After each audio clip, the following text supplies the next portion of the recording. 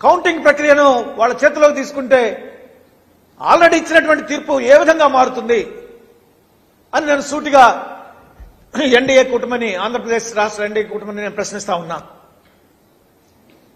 మీరు ఎన్ని గిమ్మికలు చేసినా, ఎన్ని తప్పుడు సర్వేలు ప్రకటించినా, ఎన్ని రకాలుగా మీరు ప్రయత్నం చేసినా, అధికార యంత్రాన్ని దుర్వినియోగం చేయాలని ప్రయత్నం చేసినా, ఈసీని మీ గుప్పిట్లో పెట్టుకుని పోస్టల్ బ్యాలెట్ల విషయంలో మీకు అనుకూలమైనటువంటి సర్కులర్స్, మెమోస్ ఇప్పించుకున్న భగవంతుడు తలరాత రాశాడు, ప్రజలు తీర్పునిచ్చారు. దీన్ని ఎట్టి పరిస్థితుల్లో కూడా మారదు అని చెప్పేసి ఈ ఎన్డీఏ కూటమికి నేను తెలియజేస్తాను. ప్రజలందరూ కూడా విజ్ఞప్తి చేస్తా ఉన్నాం. ఈ కూటమి చేసేటువంటి ఈ తప్పుడు ప్రచారంలో ఒక విషయాన్ని నేను ప్రస్తావించదలుచుకున్నాం. మై యాక్సిస్ ఇండియా టుడే అనేటువంటి ఒక సర్వే సంస్థ ఒరిస్సాలో వచ్చేటువంటి లోక్సభ స్థానాల గురించి సర్వే చేసి అక్కడ ఉన్నటువంటి అధికారంలో ఉన్నటువంటి బీజేడీ పార్టీకి 0 నుంచి 1 స్థానం వస్తుందట. ఎన్డీఏ కూటమికి 20 నుంచి 21 స్థానాలు వస్తాయట. ఇది ఎలా సాధ్యం అని నేను చెప్పేసి, ఇది ఏ విధంగా సాధ్యం? పట్టపగలు హత్య చేసినట్లు భయంకరమైనటువంటి అబద్ధం ఆడటం కాదా ఈ సర్వే? అంటే మీ ఎన్డీఏ కూటమికి 400 రావాలని చెప్పేసి మీరు ఒక ఫిగర్ని ఫిక్స్ చేసి అన్ని రాష్ట్రాల్లోకి దాన్ని మీరు సర్దుతున్నారంటే ఇది ప్రజల అభిప్రాయాల్ని మార్చడానికి మీరు చేసేటువంటి ఒక రాజకీయ కుట్రపూరిత చర్య. బీజేడీ పార్టీకి ఒకే స్థానం అంటే మొత్తం అన్ని స్థానాలు కూడా వస్తాయట. ఎల్జేపీ హర్యానాలో లోక్ జనశక్తి పార్టీ 5 స్థానాలకే పోటీ చేసింది. ఈ మై యాక్సిస్ ఇండియా ఇచ్చేటువంటి సర్వే రిపోర్ట్లో 6 స్థానాలు గెలుస్తుందంట. 5 స్థానాల్లో పోటీ చేస్తే ఎల్జేపీ పార్టీ హర్యానాలో 6 స్థానాలు ఎలా గెలుస్తుందండి? అంటే ఈ సర్వే రిపోర్ట్లన్నీ కూడా ఎన్డీఏ కూటమి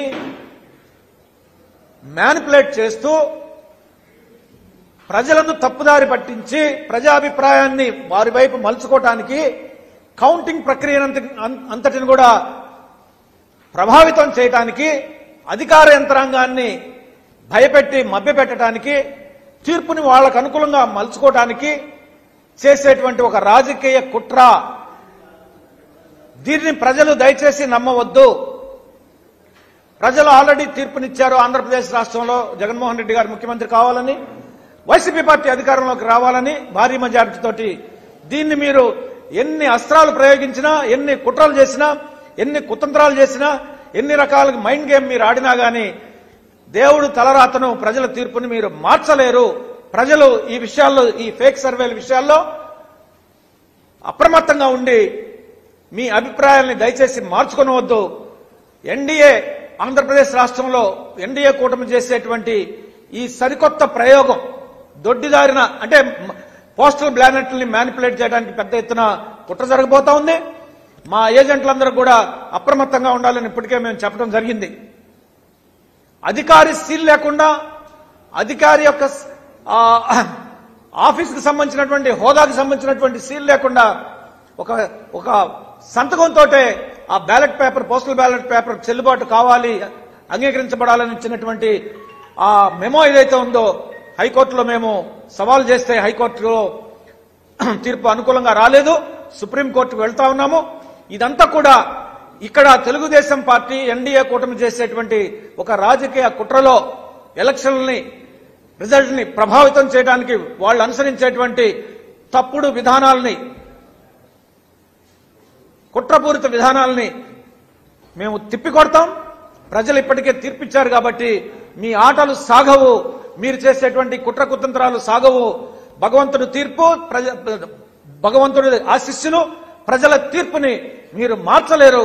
ప్రజలను కూడా ఈ దొంగ సర్వేలు, ఫేక్ సర్వేలు, మ్యానిపులేటెడ్ సర్వేలు పట్ల మీరందరూ కూడా అప్రమత్తంగా ఉండి నమ్మవద్దు. అంతిమ విజయం వైఎస్ఆర్సీపీ పార్టీది. జగన్మోహన్ రెడ్డి గారు 9వ తారీఖున భారీ మెజారిటీతో గెలిచిన తర్వాత వారు విశాఖపట్నంలో ముఖ్యమంత్రిగా ప్రమాణం స్వీకారం చేయబోతున్నారన్న విషయాన్ని మరొకసారి మీ అందరికీ తెలియజేస్తూ సెలవు తీసుకుంటున్నాను.